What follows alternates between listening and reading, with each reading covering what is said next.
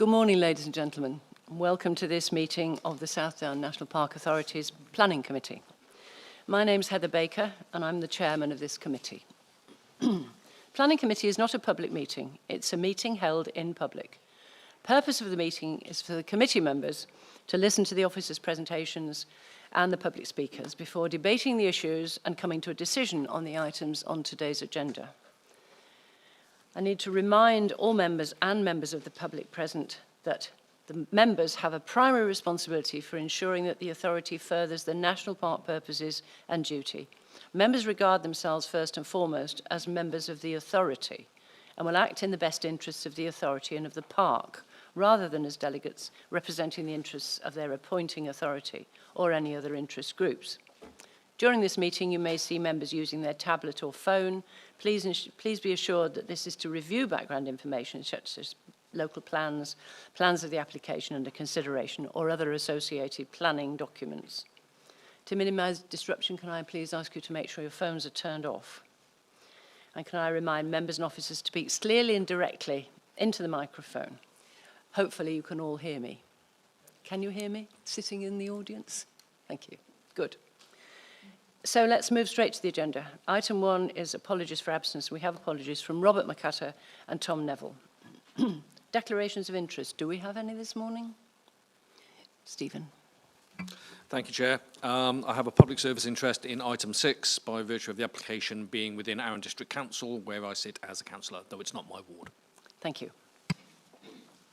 Minutes of the previous meeting held on the 12th of February. We have 3 corrections to those minutes.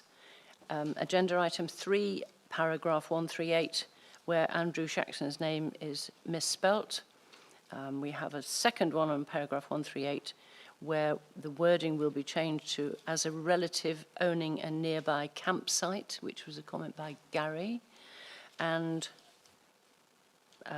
page 4, paragraph 144, the third bullet, which will be rephrased, repeatedly found unsuitable by the SDNPA, as well as PINs and Secretaries of State. Does that satisfy all members? In particular, Mr. Shaxton and Mr. Watts. Thank you. Let's move now to development management. And, oh no, sorry, upgrades to the previous committee decisions. So, Rob is going to take us through these. Yes, thank you. Thank you, Chairman. It's been a very busy month, and I've got about 6 applications that I can tell you about where we've progressed to decisions following committee consideration. I want to take your minds back to February 2024 when we considered a couple of applications, and one of them has taken a significant time to sort of wrestle with the legal agreements and working with the various other authorities to get that into place. But I can tell you that Black Robin Farm, Beachy Head, Eastbourne, that has been issued, the decision on that one. So that's a really good decision to get out the door. Kingsride Farm, Kingsride Alfriston, which was the same committee in 2024, that was for 7 dwellings. That has been issued, that was issued in February of this year, so that's good news. The 2 applications you looked at Hatch Farm, one of them in September and the other, both of them in September last year, but were considered, one was considered in September and the other in February. One was for landscape works, including construction of a pond. The other one was for a solar array. Those 2 have both been issued in February. That's Hatch Farm, Wheat Sheaf Enclosure in Milland. Also, the garage sites at Petworth, that decision has now been issued. The one that was considered in October 25, that's for the number of 19 dwellings, I think it was, across the estate there.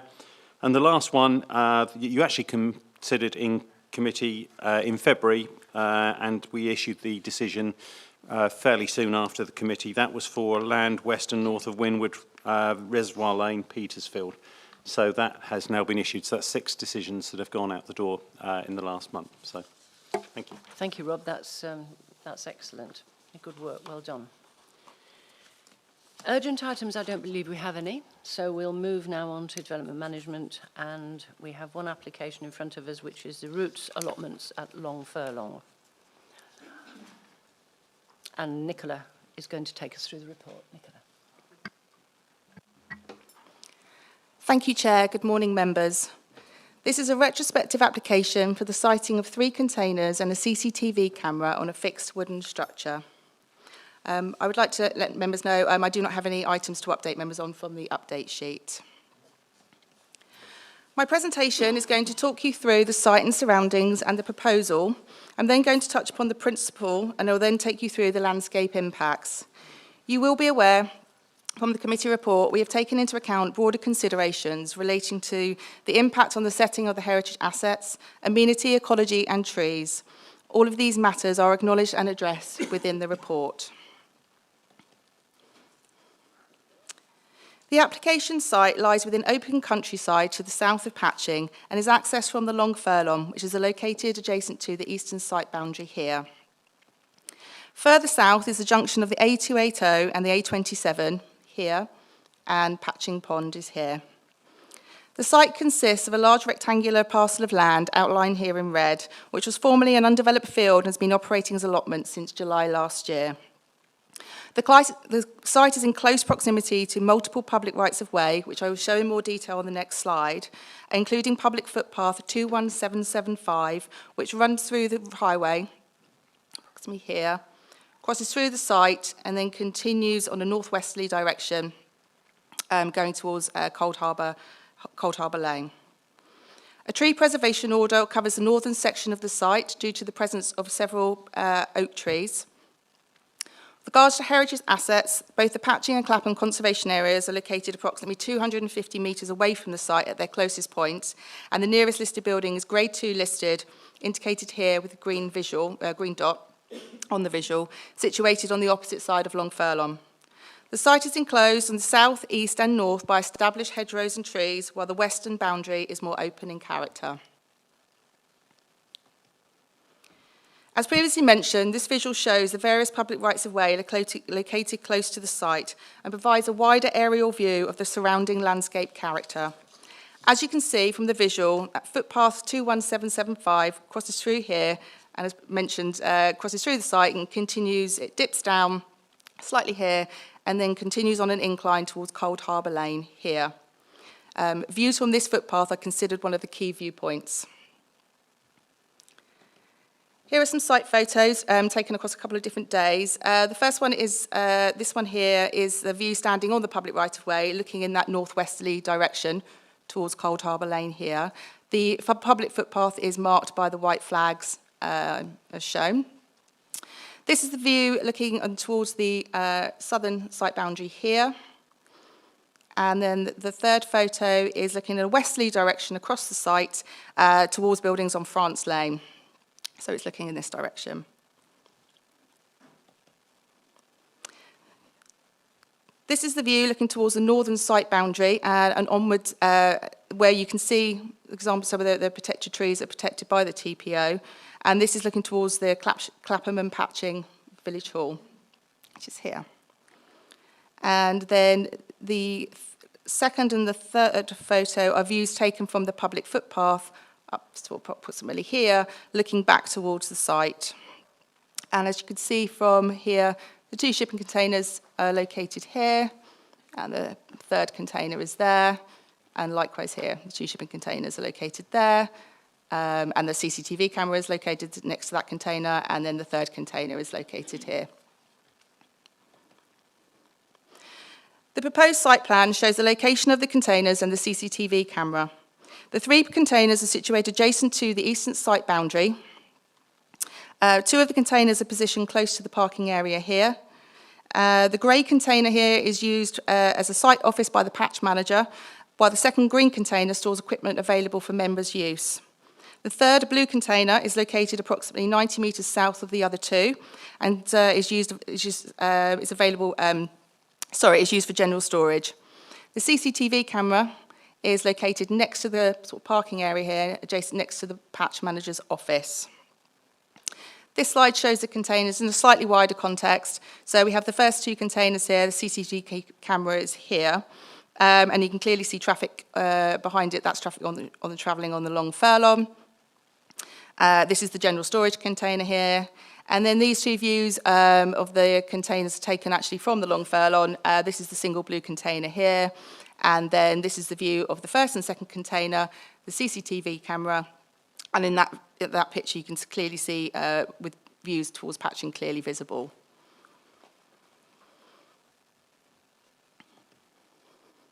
You have seen some discussion in the report regarding the existing use of the site. Prior to its current use as allotments, the land was undeveloped and its lawful use is considered to be agricultural. The use of land for allotments can fall within the definition of agriculture, which is defined in section 336 of the Town and Country Planning Act 1990. Therefore, allotments can be considered a form of agriculture and would not constitute a material change of use of the land. It is acknowledged that allotments can provide benefits for health and well-being, and they can require additional infrastructure and storage. However, these aspects must be weighed against other considerations, which in this case is the landscape impact and the effect on the amenity of the public right-of-way. While the site is situated close to the settlements of both Patching and Clapham, the wider landscape retains a distinctly rural character. Containers are not characteristic features of this landscape, and their industrial form and their utilitarian appearance has introduced an overly urbanised quality into the site at odds with the rural character of the surrounding landscape. The CCTV camera and associated post, although smaller in scale, contributes further to this cumulative visual impact. Whilst the submission outlines a series of mitigation measures, including native planting where screening is required to filter views, the use of interventions such as climbers or green facades to soften container edges do little to offset the fundamental harm arising from the inappropriate nature, scale and appearance of the development. The public right-of-way crossing the site means the development can be readily seen, and walkers would experience this when walking along the footpath. The identified landscape harm would adversely impact views from the public right-of-way to the northwest, undermining its recreational and amenity value. In summary, whilst the National Park seeks to support development that benefits the local community and improves opportunities for people's health and well-being, benefits to which allotments can contribute positively, these benefits are not considered sufficient to outweigh the identified landscape harm within the planning balance. The proposal for 3 shipping containers and CCTV camera has introduced visually intrusive features that appear incongruous within the rural context, and it's not considered that screening or softening measures could adequately address the visual impact of the development. The development therefore fails to conserve and enhance the established landscape character and would adversely impact views from the public rights of way and the amenity of users. Before I move on to my recommendation, I would just like to point out the following points of clarification. Planning permission for the allotment use is not being sought. Allotments as a form of agriculture would not constitute a material change of use of the land. A separate matter relating to whether the site benefits from permitted development rights falls outside the scope of this application. This site is subject to a separate and ongoing investigation by the planning enforcement team, and to assist investigation, a planning contravention notice has been served. The recommendation is that the application be refused for the reasons set out in paragraph 9.1 of this report. Thank you. Thank you very much, Nicola. That was all very clear. We have one public speaker who is speaking against this application, who is Tina Peck, who is representing Clapham and Patching residents.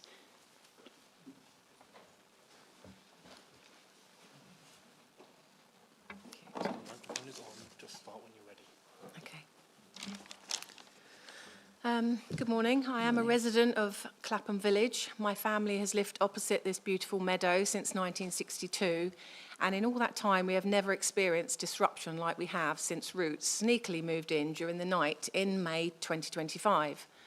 Roots presents itself as an environmentally conscious company, yet their arrival has brought hundreds of additional vehicles into our villages of Clapham and Patching. We now experience significant traffic congestion where there wasn't any before. Roots claim their allotments can be reached by public transport, but Patching is not on a bus route, there isn't a train station nearby, and it simply isn't practical to walk or cycle from the nearest town. In reality, this development depends almost entirely on cars, which is the opposite of environmentally friendly. Despite promoting a green ethos, Roots regularly brings several tons of compost onto the site, which appears contaminated with plastics and glass. Residents are concerned about whether this compost meets the proper quality standards and what the environmental impact on the soil could be.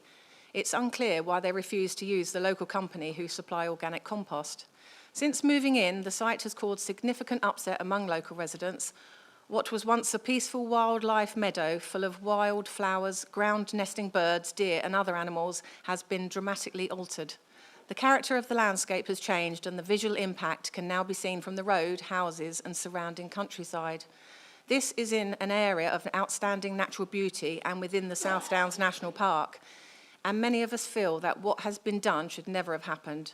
As we know, retrospective applications have been submitted for the 3 unsightly shipping containers and the CCTV already in use without any signage, so this is breaching GDPR. Roots failed to apply for planning permission for the large solar panels, large signs at the site entrance, the teepee, 6-foot constructions and multiple sheds. The teepee, according to their website, is intended for workshops, weddings, yoga and music events, which suggest a commercial events venue rather than for agricultural use. Coffee mornings and other gatherings have already taken place, at times blocking the public right-of-way. Our concern is that a commercial company expanding rapidly is treating planning permission as something to deal with afterwards rather than before development takes place. Retrospective planning should exist for genuine mistakes, not as a routine way of operating. This shows complete disregard for the law and the impact for local residents. As a community living in the South Downs National Park, we care deeply about protecting our countryside. Allowing this type of development to continue risks setting a damaging precedent for our villages and for the future of our national park. Thank you. Thank you very much. So, members, we've heard how upsetting the situation is to the village at large. However, we are here only to consider the placement of those 3 containers, and that's the decision that we have to debate and come to a conclusion about. Alan. Yes, thank you, Chairman. I'm really concerned about this application and the background to it, and if I may say so, about the advice we're being given, in totally well meant, as it were. But can I just raise the point? I have Section 336 of the Town and Country Planning Act open in front of me. I'm really concerned. I mean, I'm concerned and would be voting in favour of the recommendation as far as the visual impact of the containers and the pole, CCTV pole are concerned anyway in this location, which, as we all know, because we went on the site visit, is, although it's, funnily enough, not that visible from the main A road on its eastern side, is very open within the overall landscape. It's a very prominent site. But I'm really concerned, and indeed I'm asking Becky Moutry to listen to this carefully as well, as to this, the belief that these so-called allotments that have been set up, which I gather are non-statutory allotments, are agriculture. I noticed that our officer said to us that allotments can be regarded as agriculture. I'm looking at the definition of agriculture in Section 336. It certainly, unless I'm missing something, doesn't include allotments. It seems to me that we're in a bit of a legal grey area here, because it seems to me that in the reality of the situation, my inkling, subject to any legal advice we might get, is that the extent to which these erected features, the shipping containers and pole and so forth, enable and facilitate a very unattractive, sprawling sort of development of these allotments on this field, is a highly negative feature of the situation we are facing. And I would hope, again, subject to the legal advice we get, that we ought to be considering whether the overall use of this field, because as we all saw, it's sprawling very unattractively over, but extensively, and it's only been half done so far, over a large area of prominent land in the national park. And I would have thought we want to consider very carefully whether that use is included within the definition of agricultural use. It seems to me to be a new sort of twist on that problem which used to be fairly widespread of enterprising companies buying up bits of agricultural land and dividing it into small leisure plots and fencing them all off and selling them off to people on the basis that they weren't selling them as anything other than agricultural land. But of course, we all remember coming across that problem in various places. I'm just very concerned that we shouldn't be, as it were, accepting, unless we're told we really have to because of some judicial authority or something like that, that this kind of non-statutory so-called allotment use really is within the definition of agriculture. As I say, independently, I would be voting against the granting of permission on the physical structures here anyway, but I am very concerned that we don't, as it were, mark our card with having accepted the principle that this is an agricultural use which we can't do anything about over the wider field. Thank you. Well, we've already heard that there is planning enforcement in operation against this site in particular, and we are only looking at the application for the three containers. However, let's hear from Becky and then we'll take it forward from there. Because our draft reason for refusal does include... Yeah, okay, yes, okay. Becky. Yeah, thank you, Chair. Yes, okay. For everyone's benefit, a lot of research has gone into this particular question, actually, before this matter has even come before you. And the definition that you referred to in the Planning Act has been looked at in detail. And there's actually case law to support the position that allotments would fall within that definition. I don't need to go through the detail of the case law, but I've got the advice here. And the advice is quite clear in that respect, that allotments would fit within the definition of horticulture, and then that was dealt with in a case. I can't remember what year it was, but not that long ago, not that historical, about that they would satisfy that definition. So we are in that position where, unfortunately, Alan, it's different to the position that you're putting forward. Thank you. John.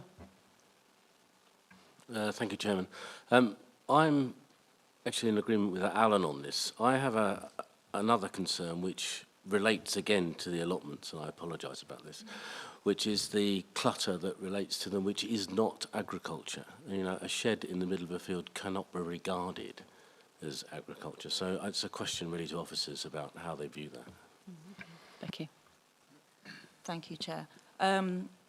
As your case officer explained, there is other work going on in the background about the site in general. Planning contravention notice has gone out asking various questions about the operations and what's taking place on site. And that is being taken forward by the enforcement team. I think for you members today, the application before you is what you need to focus on and take a decision on, and allow the enforcement officers to focus on that investigation. Paul? No. Yes, clearly I'm mindful of the instruction that we should not be judging the allotments. I'm actually very much in favour of the allotments, but I can understand the points that they are by comparison to a wildflower meadow, not quite the same thing. So I'd like to focus particularly on the shipping containers, which is the subject of this application. And I find it extraordinary, having visited the site and looking at the photos, that they're regarded as visually intrusive. In fact, I think they're remarkably visually unobtrusive. You can hardly make them out against the fence, the bush and hedging of the road, quite a busy road. Which itself is, the traffic is visually intrusive. And I think they've been cited in a way that remarkably makes them disappear into the hedge at a time of year when there aren't any leaves on the hedges. And I would have thought what I find it extraordinary that we've been told mitigation, and I quote, mitigation would not address the fundamental visual harm to the landscape. I mean, I just can't see how that can be fairly alleged. It seems to me that any screening would significantly soften and make almost invisible those shipping containers against that hedge. And I would like to move, if anyone would support me, that we approve this with a condition on screening. Thank you.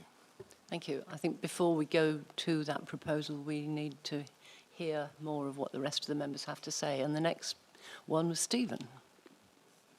Oh, does John want to, do you want to come back? Sorry, I wanted to come back on my point. Particularly, okay. What I was going to say was actually, as opposed to my friend here, is that I do find the reduction of openness and the visual impact of those containers quite shocking, actually, because when you stand by those containers, you can look both to the north, the east, and the northeast, and they're incredibly open. And I think any form of screening, any form of adjustment in colour or cladding would actually just make the situation worse, because they are an impact on the natural landscape. And I completely agree with officers and their view on this. Thank you. Thank you, John. Stephen. Microphones. Thank you, Chair. I've read the objections and the supporting comments on this application, because I always place great weight in what locals feel is happening in their local environment. I think that's extremely important, in addition to the planning law and the planning balance, etc., etc. And the two main points that come out of those comments is ecological and wildlife impact and visual harm.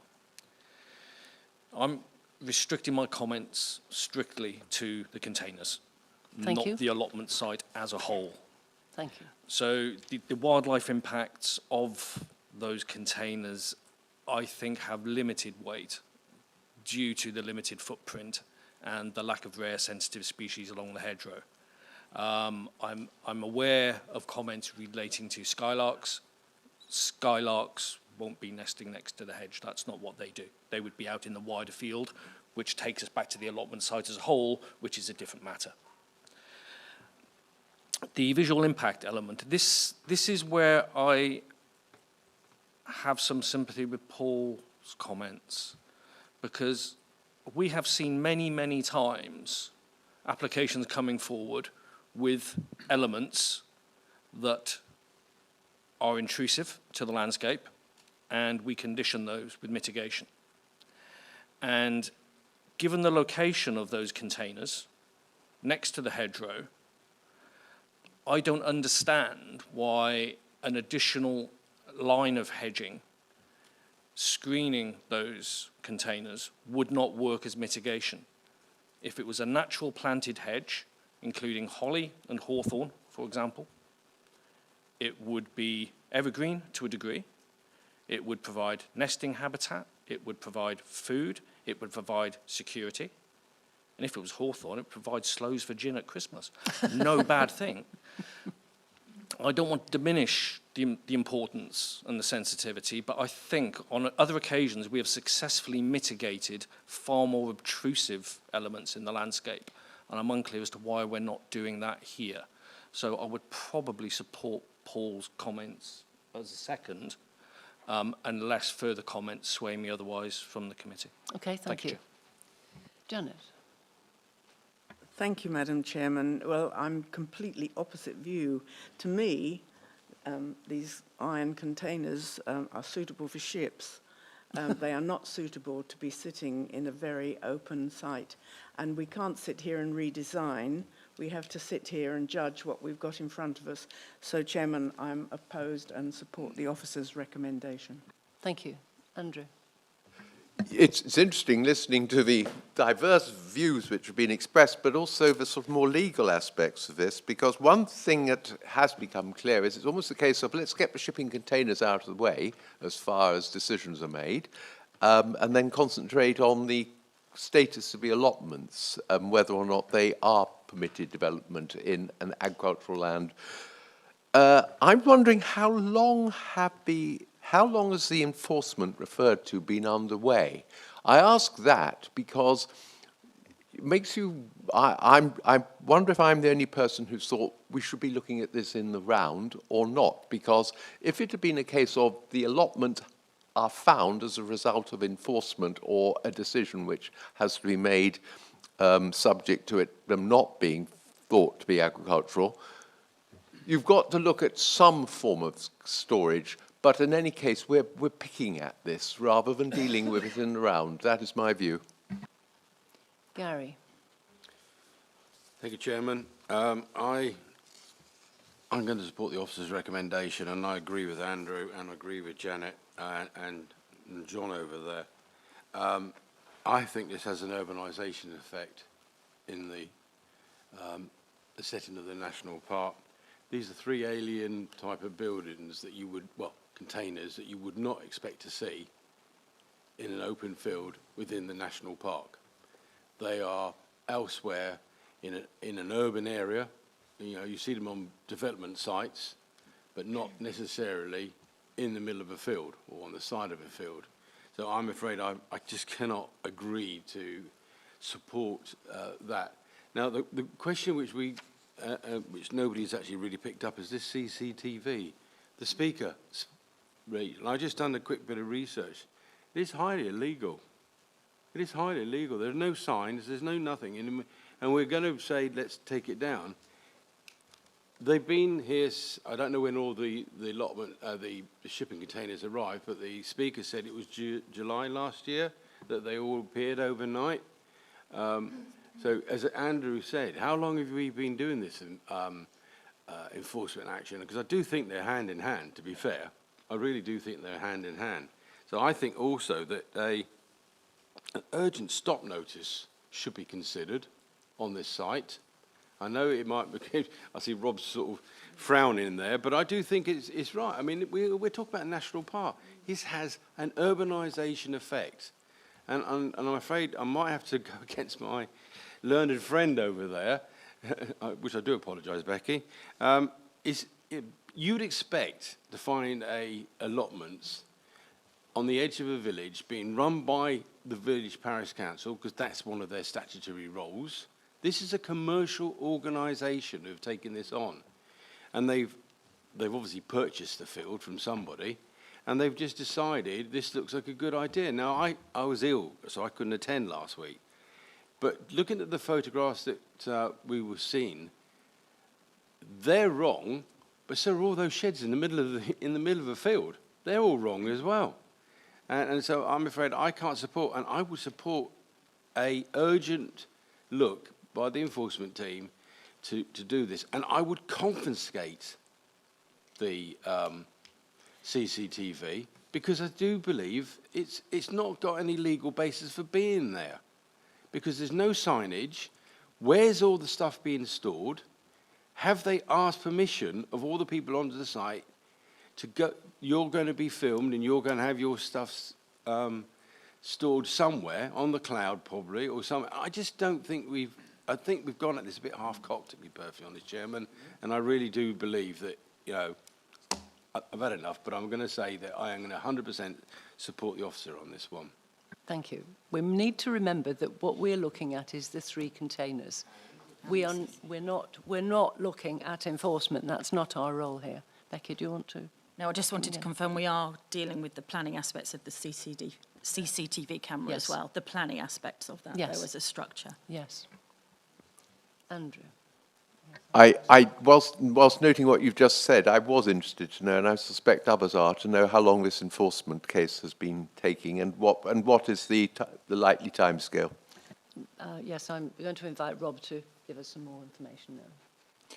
Yes, just to be aware, we were made aware of this very, very quickly after the allotments came into being. A lot of local interest with regard to it, so our officers were out on site pretty much as soon as we found out about it.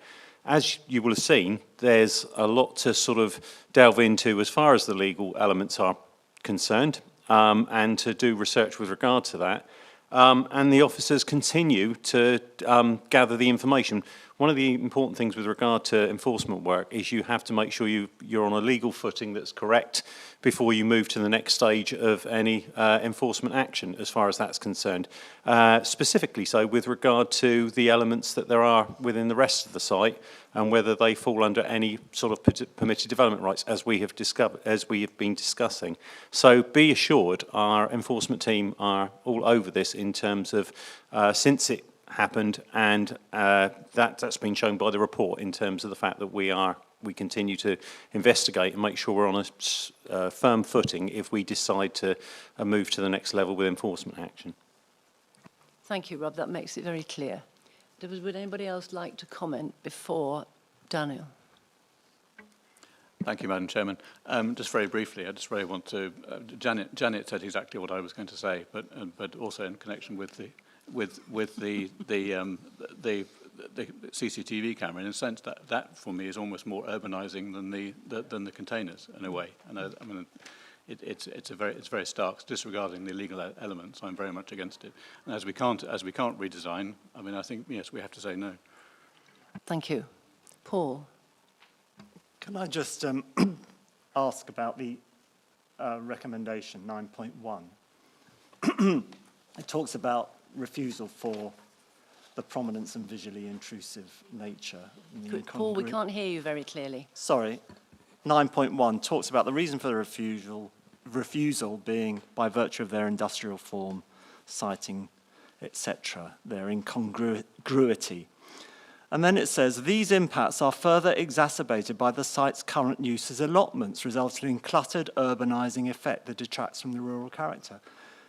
It seems to me that in the recommendation we're being asked to approve wording that actually does what you're telling us not to do, which is to take the use of the allotments of the land as allotments into account. So I find that rather confusing and worrying. Perhaps the officers would like to comment on that. Arguably, I think you have a point there. I think it was about the cumulative impact of the storage containers with the other elements that there are within the site. If it does blur the lines, I don't believe it weakens the reason for refusal if that element was taken out, to avoid any confusion as far as that's concerned. Okay, so Alan. That bit of wording was one of the reasons why I quite liked that draft reason for refusal, because it leaves us open to consider. There are all sorts of issues, even if we accept the legal analysis that allotment use is in itself capable of constituting horticultural use and therefore part of agricultural use, it doesn't necessarily follow, and I'm not giving any kind of legal lecture because I've not studied the minutiae of how this might work out.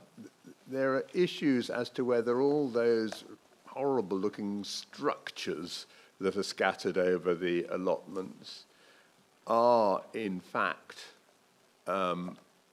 permitted agricultural development, or I would be very keen on arguing not, because of the circumstances in which they're there. And I just don't want us, as it were, to give up the point that is implicitly embodied in that wording in the reason for refusal, because I think we should be looking, even if the ultimate advice is that we can't stop the strictly horticultural aspects of the allotments, I think we do need to be looking at things like the sheds and shacks and all those pub garden beer drinking tables and things that are scattered around the site as to whether they are actually agricultural permitted development. Okay, let Rob have another go.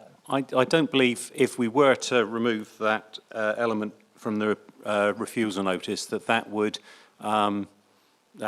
prevent us from fully considering the acceptability or otherwise of other elements that might require permission within the site, and were an application to come forward, or in the absence of an application coming forward, if we were to sort of carry out enforcement action, and I'm not prejudging that, but I don't believe that the absence of that in that reason for refusal here would cause us any problems as far as that's concerned. Thank you. Gary? Thank you, Madam Chairman. Actually, I like the idea of them being in there, because from when it starts, these impacts further, and that couple of sentences there, it actually strengthens the enforcement action, to be perfectly honest. If we agree with the recommendation, it will actually, I think, it would strengthen the enforcement question about, we've given this permission, and we've also said these impacts further exasperate the site's current uses and allotments. I think that strengthens the case, personally. Okay. So we've heard from everybody except Antonia and Joan. Is there anything you'd like to comment about, Joan? Antonia? Fine.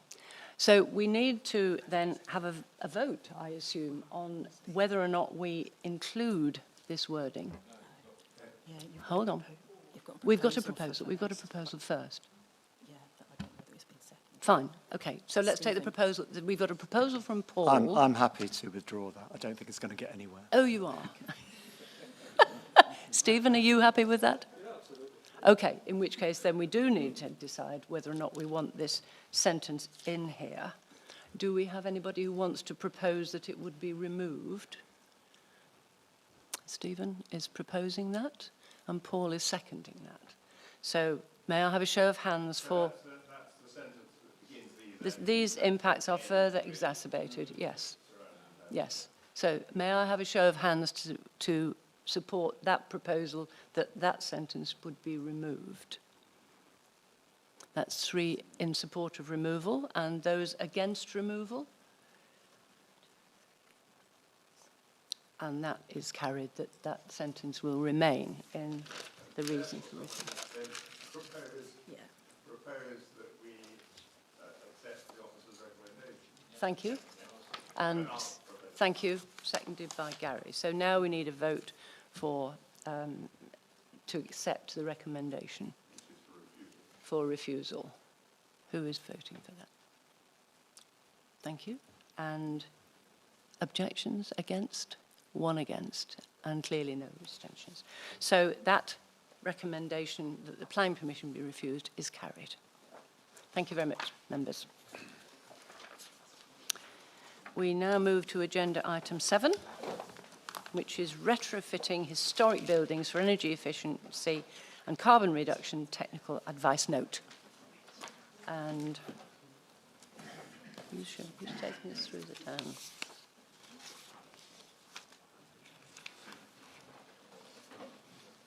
Lucy Tushing is going to take us through this report.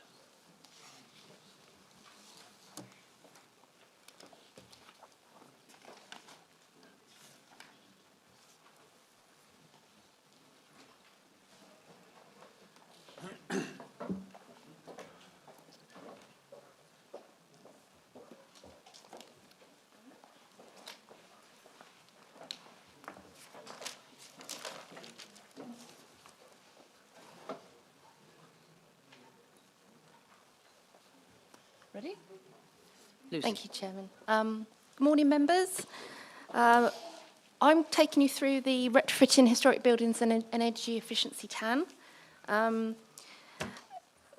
If we look at the first slide, it will hopefully explain to you what retrofitting is.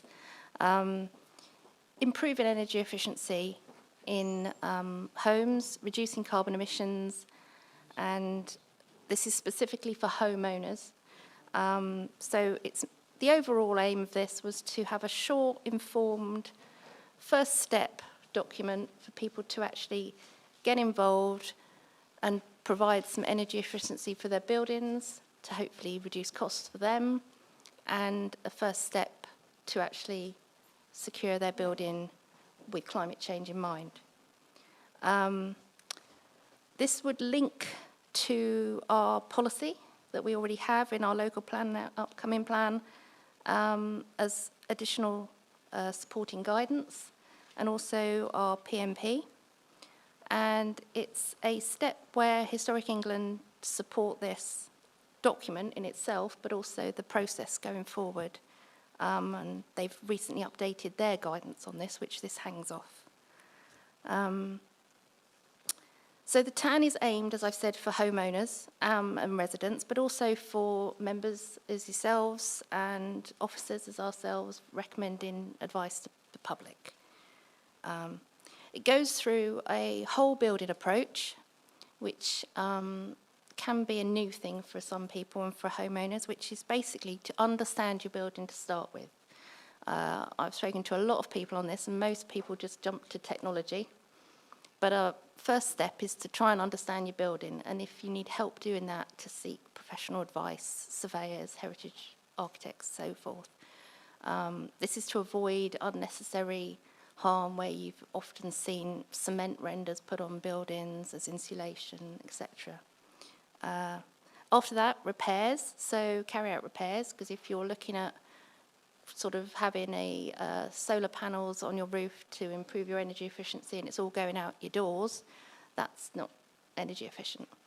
Then look at reducing your energy. So if you can reduce your energy in any way, do that first, which includes things like draft excluding, etc. And then we get to the technologies.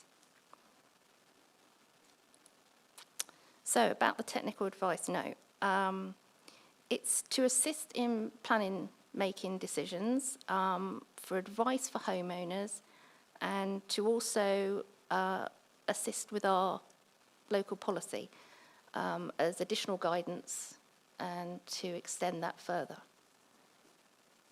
It's a topic that is exceptionally wide. This is the tip of the iceberg, if you like, a first toe in the water. Sorry, got carried away with my clicking. But it's going to be evolving, and every other week something is changing. So it's important that the TAN is updated, and that's part of the recommendation. That's step 2 if you've seen that. We went out to consultation just at the end of December 2025, and it actually turned out to be perfect timing because Historic England, like I said, were updating their own document, which is similar to this but carries a wider spec.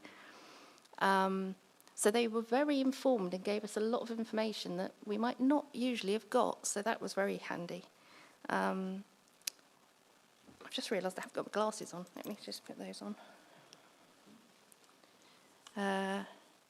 We got many comments. A lot of them filtered into a broad support for the document, and actually channeled into exactly what Historic England and Becky's comments, who was very helpful with this document, thank you, Becky, featured. So there was a sort of running theme through the comments and trends. So those were all put in and adapted. As I've said, it was overall broad support. All the comments helped for a much stronger document that rolled better and was more informed. The main informants, apart from Becky and Historic England, were our planning team, who I have to thank, Richard and Stella. Stella for doing the table at the back, and for Philly and Adam for various comments as well. They were very informed on this. We had Rosella, who is on maternity leave at the moment, our design officer, who did most of the images in the document, which was very kind of her, trying to pin her down before she ran out the door to have a baby. So overall, I'll come back to that. The document is meant to be accessible, short, informed, but legally accurate. That gives us straightforward advice for homeowners to start doing something with their building. Often historic buildings or buildings in conservation areas can be seen as a hindrance to this, and they're not. There are things you can do, and it's about the process of the whole building approach that would help them do that. It's a very confusing topic. I mean, if I go back to the title, you'll see that I'm only qualified in 2 of the words in that title of this TAN. So it was a learning part for me, research information, sort of writing it as a homeowner who isn't aware of this topic, and So it's to try and make it accessible. That's what I hope I've done. Thank you. The recommendation is in accordance with the report as attached. Any questions? Thank you. Thank you very much, Lizzie. Oh, lots of questions. Andrew? Oh, sorry. Yeah, noting that quite a lot of people have had an opportunity in the 3-week consultation period that you refer to over Christmas and the New Year, or just before Christmas rather. It's the first time we've had a look at this as a committee, or I believe as far as any members in this room have. But I have a number of questions I'd like to raise, Chair, and to do with clarification, to do with what it means, etc., and some things which might be either in there which shouldn't be, or not there and should be. The first thing I wanted, so please bear with me for a minute or two. The first thing I wanted to refer to was on page 2, the first bullet point. This is 2 of the document, not obviously of the agenda overall. The first bullet point says practical day-to-day measures in how you live in the building. I don't understand what that's meaning to drive at. So that's for starters. I don't know how many questions you'd like at once, effectively, Chair. Perhaps we'd better take one at a time, had we, if they're all going to be detailed within the document. Well, there's that one for a start. Okay, let's start with that one. That is referring back to the whole building approach, so reducing your energy demand. Thank you. It's the wording that was concerned me. I can now see what you're driving at. Possibly that's not the best form of English to do it. And then at the top of the next page, I recognize a picture. I've seen it before. And on that occasion, people said it is unclear what it's trying to illustrate, and it seems to have crept back in again. This sort of showing a picture which indicates battens added to the sides of the joists. It really, if it doesn't really indicate to me what it is. It could be anything, anywhere. So as I say, it's a bit critical, but it does, as I say, we've seen this one before, and I think people have made that comment on a previous occasion. Which page are you on now? The next page, page 3, this, 3 or 47, Okay. the illustration top right-hand corner. Yeah. It doesn't sort of really sort of show it. That's bearing in mind that some of this might be sort of personal feeling, but in any case, that's how it appears to me. Then if you go to page 7, page 51, chimneys, 2.15, there's in about the 6th line down, it says, if the fireplace is no longer used, the flue can be temporarily closed off temporarily to reduce drafts. I suggest the word temporarily is removed because it can be closed off to remove drafts. Whether it's temporary or not is by the by. Then on page 8, where it refers to doors and windows on the left-hand side, there's no mention of one of the worst impacts of single glazing on a listed building, or indeed on any building, which is condensation in windows in cold weather. I've lived in houses where we used the towels mostly not to dry ourselves, but to put on windowsills to prevent the condensation building up, which I would have suggested is a huge plus point for double glazing or secondary glazing. Certainly, it doesn't benefit the structure of any building at all to be under attack through the winter months through condensation on windows. So whether or not that should have been included, or the implications of that should have been included. And on the following page 9, the draft proofing and secondary glazing, under what's the authority's view, there is no mention of double glazing in that grey box. I don't know if that would have been an opportunity to have expressed a view on it. Move on to 2.2. Just on that point, Andrew, it says the authority encourages owners of historic buildings to consider draft-proofing or internal secondary glazing. So what are you saying it doesn't include? Well, it doesn't encourage them to give consideration where applicable or where it could be considered applicable. It says encourages owners. No, that's internal secondary glazing. That's not double glazing. I'm saying double glazing. We seem to have, was double glazing, I think we all agree, has its place if the circumstances are right. But we seem to be fighting hard against it. And I'm just suggesting that this is where it needs to be put so that it has a fair chance of seeing the light of day. Bearing in mind this is a technical advice note. This is what we're encouraging people to use to bring it forward. But I quite agree people are entitled to think differently, but having been invited to make comments, that's what I sort of felt, especially as you go on to page 2.2, para 2.27, which is also on page 53, there is reference to might be able to be replaced with well-designed double-glazed units of appropriate material and design in character and appearance with the property.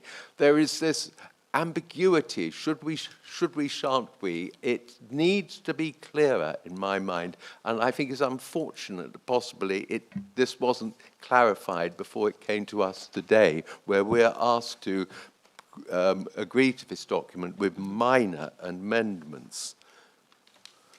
And again, it says on page 1054 in the grey box, slim double glazing with appropriate design and detailing may be considered. It's a sort of very much, well, if you twist our arms, we'll do it, rather than if you provide the right evidence, it's something which we will give proper consideration to. Well, that's fair enough, surely. Yeah, but maybe it's making the point. It's the way we're coming at this.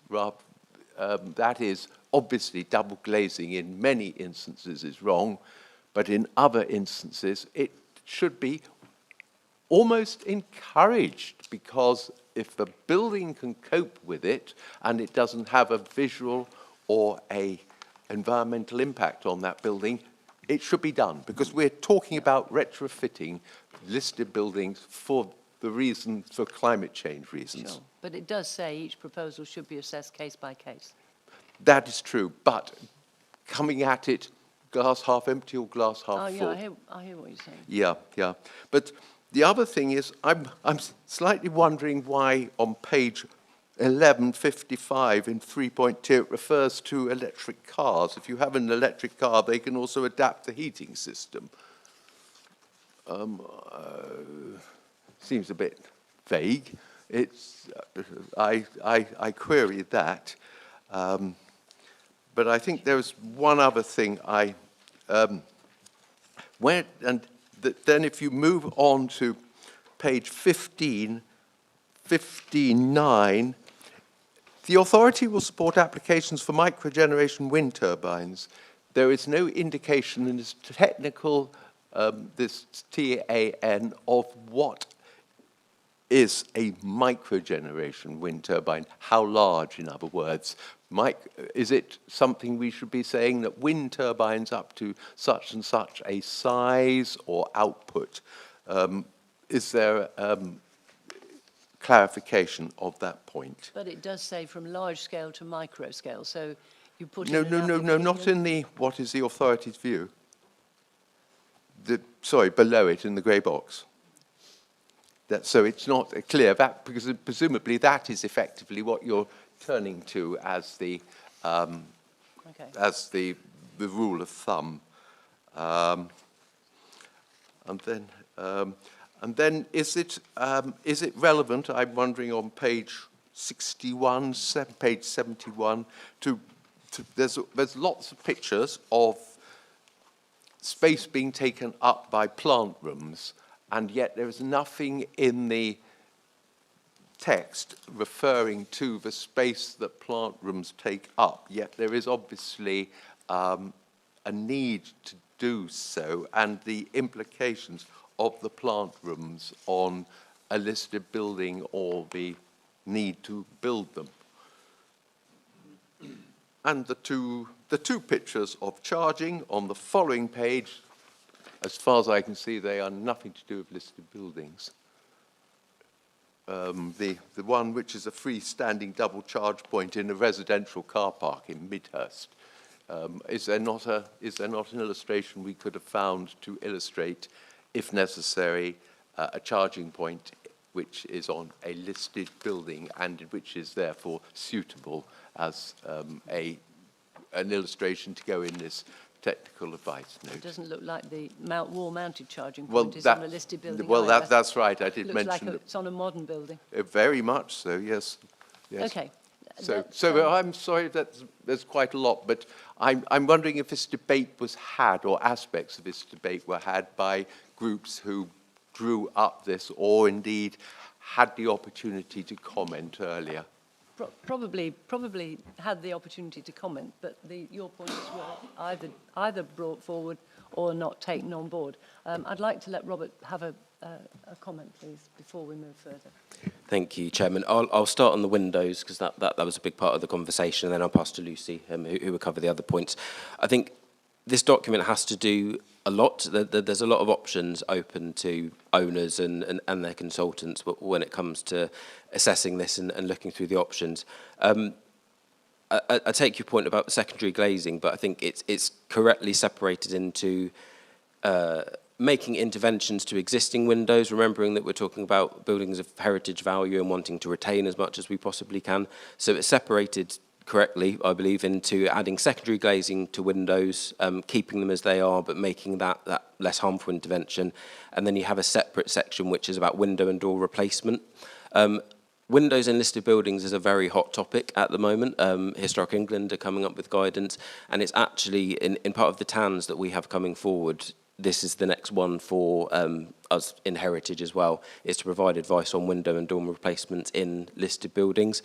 Obviously, this document is looking at it purely from an energy efficiency point of view, so it's correctly separated the two. So that's why maybe there's some confusion there, but that was deliberate, because we don't want everyone to jump to replacement when there could be interventions that are safer for the listed building. But I think I'll pass to Lucy now to cover the others. Thank you. Thank you, Chairman. If I can go back to page 3, the picture is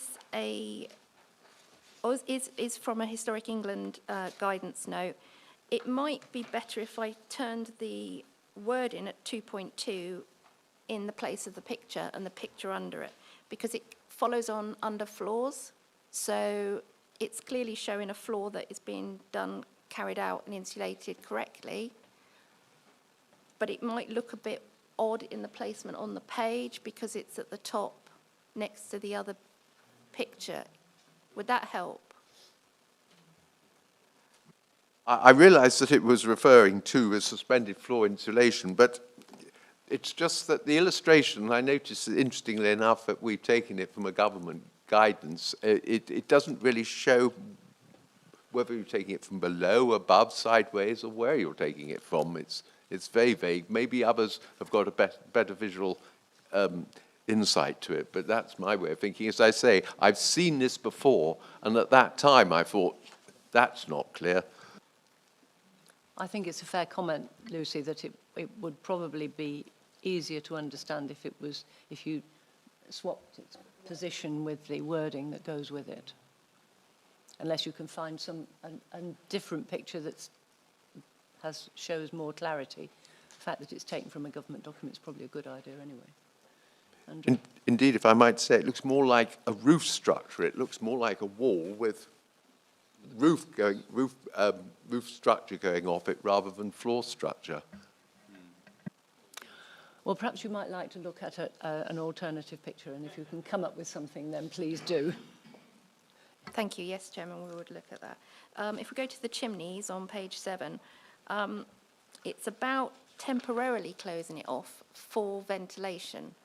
So these, if we're looking at historic buildings, we're looking at buildings that need to breathe. So hence the temporary point of closing it off is in there for whilst you can then, with especially with the balloon, the picture below, the balloon can be dismantled and then you get to use the chimney again. So that's why that's there. Does that help?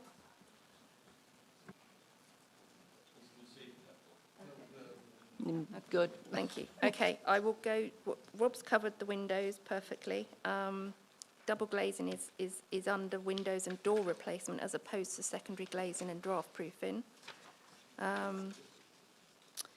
The energy saving technologies, I have to concede to my colleague Mark Waller-Gutteritz, who helped with this, so I will query the points that you've said about that with him.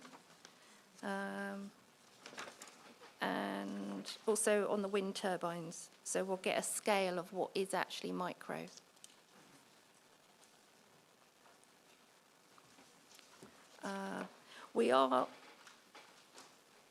I'll look at the photos on page 17 and maybe take one of those out and look at more information on the plant rooms, so that the space that they may take up and the impact that might have.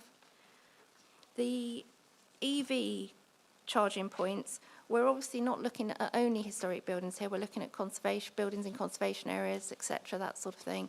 So they could be of that ilk, but these are taken from reports that are already out in the domain referring to this. But they can be updated if required. Thank you.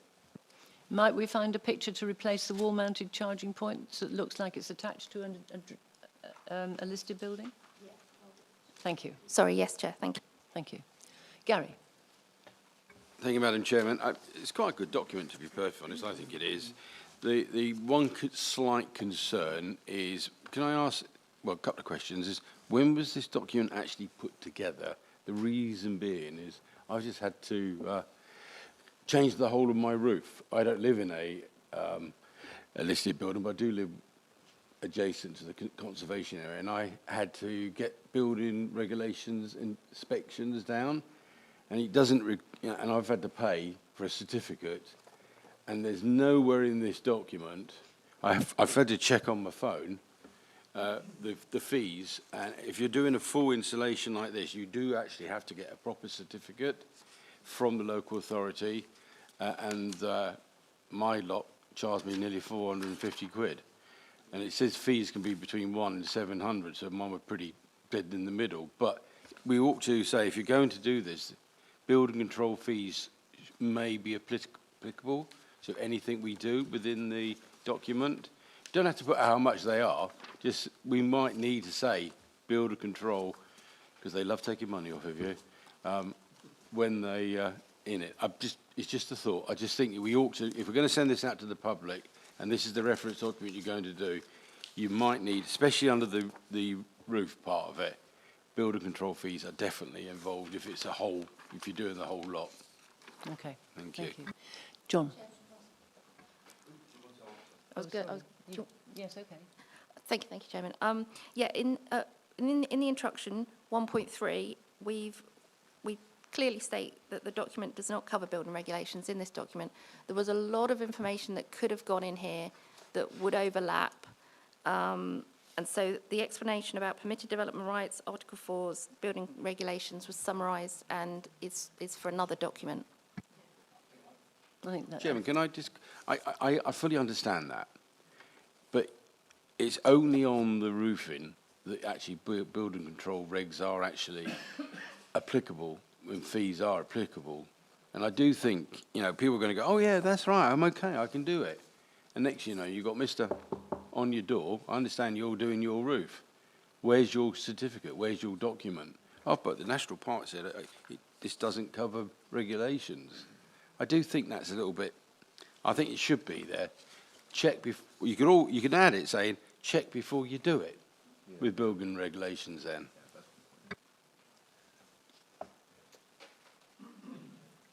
Thank you, Chairman. I think I would rather have it across the document, because a lot of this would require building regulations approval rather than just the roofs. What we could do is strengthen that 1.3 a little bit more, just to say the document does not cover building regulations, and a caveat along the lines of you need to contact the local authority or building regulations provider. You know, we can come up with the wording just to strengthen that a bit more, just so we don't specify it to one part of the document. Okay, yeah, that's good. John? So I'd just like to say that this document covers a huge amount of ground, actually, quite succinctly. And, you know, there are elements that could go into much more detail, and one wouldn't suggest that you couldn't. But I think it does its job, and I think its job's actually quite important. So if you do live in a listed building, I don't, it means that you can refer to elements quite quickly, actually. And getting over the point of the change of windows, there is a comment. Now, I know many people that have been through this process that you can change the windows to. It's suggesting you can change them to double glazed units. You just have to be careful about it. But that's really what the document says. Thank you. Yeah, absolutely. I think Antonio is next. Yes, just going back to a point on the wind turbines and the response that the document should have a scale from large to small or from large to micro. So you would end up with, you know, a Rampion type 1 and a thing not much bigger than a weather vane. But I think, don't we have to go a little bit further than that and say what we consider to be micro? Otherwise, you might have applicants coming forward saying that they want to put in really quite a big one on that scale, but they consider it to be micro because it's not as big as a Rampion one. So I think we need to be a little bit more specific about what we consider to be micro. Otherwise, the applicant can just categorise what they have in mind as micro by saying it's not at the top end of the scale, you know.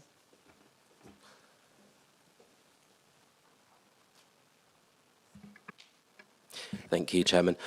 So the definition of microgeneration is actually, it's in one of the Energy Acts. I won't pretend I can remember which one. It's in the Energy Act, and then it translates into planning as well. And it's not to do with size, it's to do with the capacity, the kilowatts that you can get from it. So naturally, it restricts that kilowatts, and that restricts the size as well. I think we could have a look at the wording, because I hear what you're saying. We could say something along the lines of small-scale micro wind turbines. We could get small scale in there, so you feel like you're not allowing Rampion style wind turbines. So I do hear what you're saying, but microgeneration is actually quite a defined definition in planning. Okay, thank you. I can't remember who was next now. Stephen. Thank you, Chair. I don't know if I was next, but I'll jump in regardless. Yeah, just on that point, I think microgeneration, from my memory, is something like below 50 kilowatts. But yeah, I don't know. We'll check, but it's a point worth mentioning. I very welcome the document. Thank you very much. And I know that many of my residents in Arundel, Slindon, the historic villages of the Arun Valley, are very keen to have this level of advice and guidance, because it comes up quite a lot. So it's great to see it, and also the fact that it's designed to be a living document. Technology in this sector is moving so quickly that any static document would be out of date before it's printed. So two very good innovations regarding this document. I do have a question on figure 1, which is on page 1.6, and it's the inverted triangle. No, it's not. It's a triangle, regardless of which way up it is. It's the inverted pyramid. And the bottom section, and it's a clarification. So it says replace boiler with an efficient version. So I'm wondering if that wording is intentional, because it's suggesting you replace a boiler with a more efficient boiler, gas boiler, as I read it, whereas should we not, and are we not, trying to encourage people to move away from gas boilers because they're intrinsically inefficient towards more efficient systems rather than efficient version, which intimates a new gas boiler? Does that make sense? Yes. I'm being clear. Yes, that makes sense. Thank you. Yes, so we'll change that word. Thank you. Daniel. Thank you, Madam Chairman. First of all, I think it's a very good document, very, very welcome. My point is perhaps a more general, more wider version of the issue about the building regulations and leading people in the right direction. If I were a historic a listed building owner and I saw this document, I would be quite, and trying to navigate my way through the system, I'd find it quite helpful to have something that explained the context in terms of how this links in with historic England guidance and potentially building regulations. If there were a section that sort of helped people understand where this fits in the hierarchy of documents, then I think it would help to it would give confidence that, I suspect probably this is the most detailed version, and therefore people can rely on this and not have to look at the other stuff, but to actually have something explicit that explains how it all fits together with the other types of guidance, I think would be very helpful. So you'd like an addition to the introduction part of the document? Yes, potentially, yes. Or maybe a section at the end which is referred to in the introduction, saying this is where you'll find something that explains how it all fits in. You want to comment on that, Rob? Yes, thank you, Chairman. We do have the further information section at the back of the document, but and that points people in the direction of all the other guidance that is out there and live links so that it is up to date. So what we've tried to do in the introduction is introduce that to say there's more to it than this document. You may have other procedures to go through.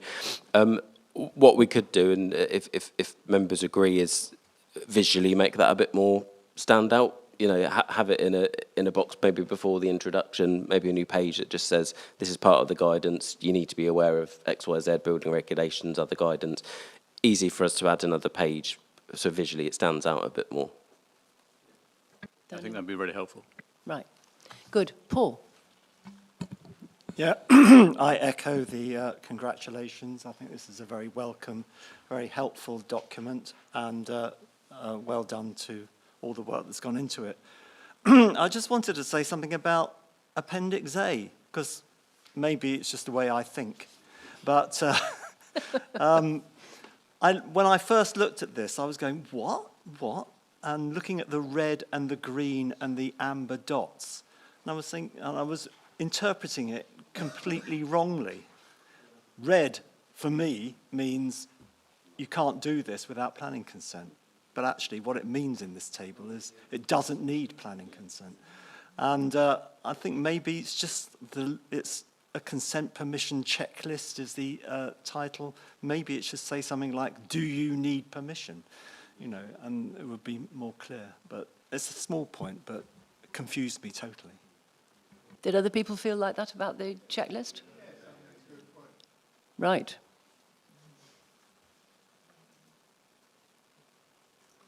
Sorry, Chair. Yes, we can take a look at that. We can easily fix the visual. Good. Stephen. Thanks. There's also a very minor point around accessibility with using red and green.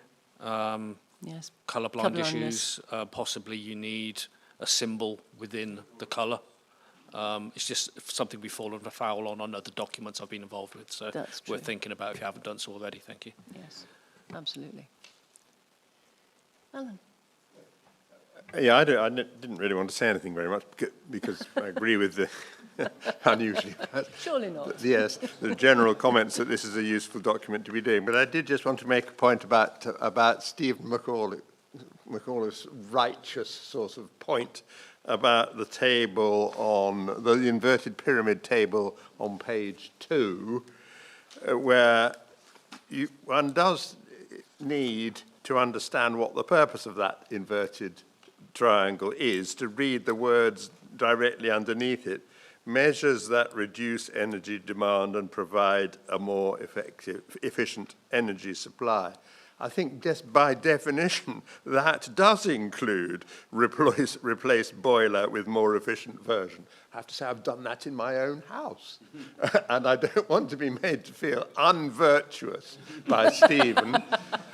That plainly is a measure. It may be at the lower end of the virtue table in some people's mind, but just by definition, it is a measure that reduces energy demand and provides a more efficient energy supply. That's in the words. Of course. So leave those words in there, please. They may be the least virtuous of the virtues, but they're still virtues. Yes. Daniel. I suggest a compromise. Maybe simply switch the 2 lines round so that the boiler is the last rather than the first of those 2 options. Yes, that would work. Any more?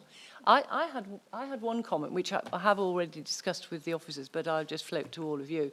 When I was reading the document on the screen, I found it slightly difficult because it's in 2 columns. So you read down one column to the bottom and then you go up to the top of the page and read the other column. I wanted to read across the page, and you can't do that because it's not set up like that. So when you see the document in its paper form, it's fine. It's very easy to understand because the split between the 2 columns is clear. But reading it on the screen, I found it quite tricky to get the right bit of wording with the right next bit of wording. Okay, so, you know, I'm a bit odd that way. However, that was my comment.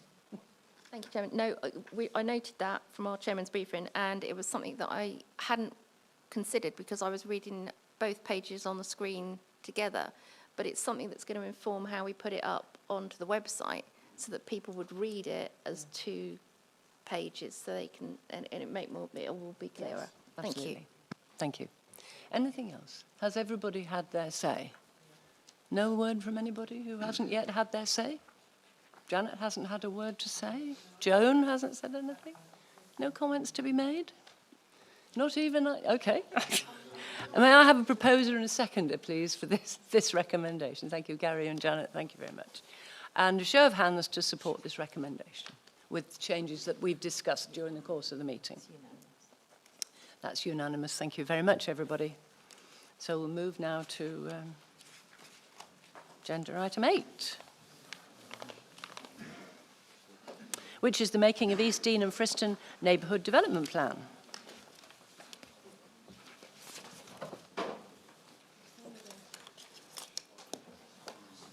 And Kevin will be taking us through this report.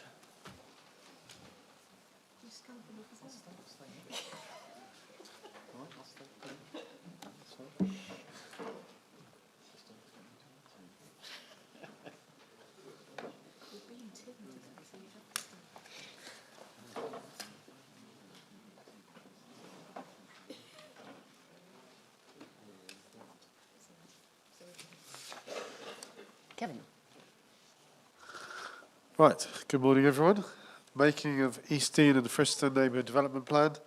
One thing I would say, I think it's a good day because we've got another neighbourhood plan getting to the final stage.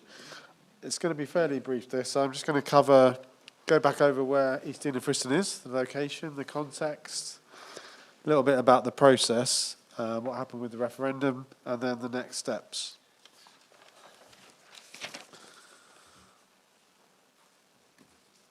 Okay, so this might look familiar, but just to recap, so East Dean and Friston on the far eastern end of the national park. To the east is Eastbourne, and then immediately west you've got Cookmere Valley, Seven Sisters, then Seaford, Newhaven, the Ouse, then you can see Lewis there to the northwest as well. The green area is Friston Forest,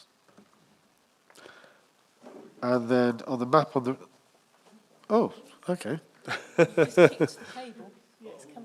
Oh, there we go. It's okay, we're back. The map on the right, that's the designated neighbourhood area. And you can see East Dean and Friston, the parish is the same as the designated area. So quite a bit of coastline there. That includes Berlin Gap. And then the settlements themselves are further back on the coast road, the 259. Lots of open downland, some brilliant views. And talking of that, if I can get it to go forward, there we go. So this is actually the cover of the neighbourhood plan, but just to give you a bit of a flavour of the parish. So you can see some of those views there. Some great views down from the settlement actually, but down to the sea and just the openness of the downland as well. So the process, I'm not going to go through all of that because we did that, but just to say, you may well remember back in November, you agreed the modifications, the examiner's modifications to the plan, and also that the plan proceed to referendum. So that was the decision statement. That was back in November. So we then had a referendum that took place last month on the 12th of February, and then that brings us to where we are today, because that was a successful referendum. So the referendum, it was a really good turnout, that's probably, well, in my experience of neighbourhood plans, that's a really good turnout, 42% of the electorate, 95% overwhelming support for the neighbourhood plan. So a big congratulations to the parish council and the working group, because it shows they've engaged well with the local community and people have been involved, and that's great. So really good for them, the work they've put in. And I think since they reviewed whether they wanted to continue with the process, they've moved it on really well. I think that was in 2023. So they've gone through the stages that you saw just now briefly really well to get it to this point. So successful referendum. In effect, it's already part of the development plan, and this is formally making it today. So in terms of next steps, we'll obviously make sure that the main one is up on the website, and we'll get it on all the mapping systems, and our colleagues in development management will be using it for any planning decision making within the parish. So that brings us up to, with this making, we'll now have 48 neighbourhood plans. So thank you very much. Thank you, Kevin. Members? Janet? What's to say, Chairman, as I didn't say anything last time. Jolly good luck to them. It's really nice to have the 48th application. I can't see anything wrong with it myself. Thank you. Andrew? Yes, I'd just like to draw attention to the fact that they, in common with an increasing number, have made no allocations for development. Is that because there is nowhere, or are they taking the pragmatic view, bearing in mind they have to live with their neighbours, that they have left it up to the National Park Authority to allocate sites as and if they arrive? Kevin? My understanding is, and maybe Claire will say otherwise, but my understanding is that, yes, they've left it to the National Park Authority for that process. But it is, I mean, it's fair to say as well that your first thing you said, that it is very constrained as well, and there's probably there's not really many suitable sites, I think it's fair to say. Claire, do you want to comment? Yes, I mean, it wasn't a parish that we allocated any numbers to in the adopted local plan because it is so constrained. So they did ask us whether we wanted them to allocate sites, and our advice was to go with not allocating sites. Thank you. Stephen? Yes, thank you, Chair. I'm very pleased to be making this plan. Friston and East Dean is somewhere where I spend a lot of time. Friston Forest, do my field work. I know every inch of the place, sadly. But it's a lovely atmospheric part of the world, and I very much welcome local residents taking matters into their own hands and being positive about it. Thank you very much. Absolutely. Any more? Alan? So really, from the westernmost parish in West Sussex, which I come from, to this one in the far east, congratulations to the parish council and others. And our parish doesn't believe in making its own allocations for development either. So I entirely sympathise with the line taken by the parish council and their other helpers here, especially based on advice from the authority anyway, as Claire's just explained. So well done. Yes, absolutely. It's a sterling effort and a terrific document.